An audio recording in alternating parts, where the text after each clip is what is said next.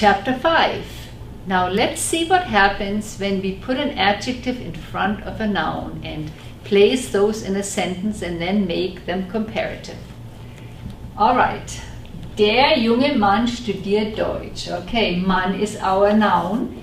Junge is the adjective in front of the noun. Der junge Mann, right? And you learned, der word, if you have an adjective, the ending is I. Der junge Mann studiert Deutsch. Now, we want to put jung into the comparative form. So what's the basic form? Jung, remember, ER, and then we have to put an umlaut over it.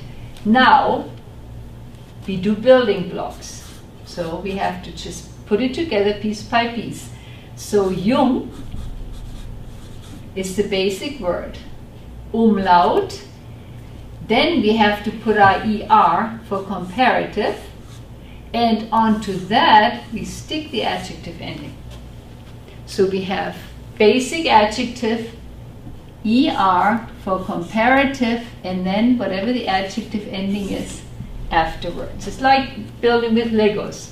So, der junge Mann becomes der jüngere Mann studiert Deutsch. So you can do it very methodically and then it's not that complicated. Die nette Frau kocht Kaffee. Alright. So, the first thing we have to do, net, what's the comparative of net? We have to add an ER, right? Okay, so far so good. Now let's put it in the sentence. Die net, ER for comparative. We already have the adjective ending in the first sentence, so we transfer it down. Die nettere Frau, the nicer woman out of all these women is cooking coffee. Ein teurer Mantel hängt here, an expensive coat is hanging here. So how do we make the comparative for teuer? Okay, teuer, remember we dropped that E here. Then we have to have the comparative ER added to it, teurer. And then we have to add the adjective ending. Now look at this one.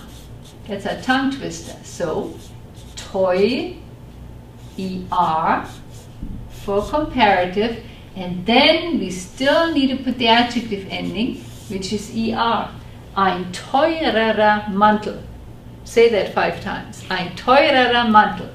The first ER is the comparative ending. The second ER is the adjective ending because of ein.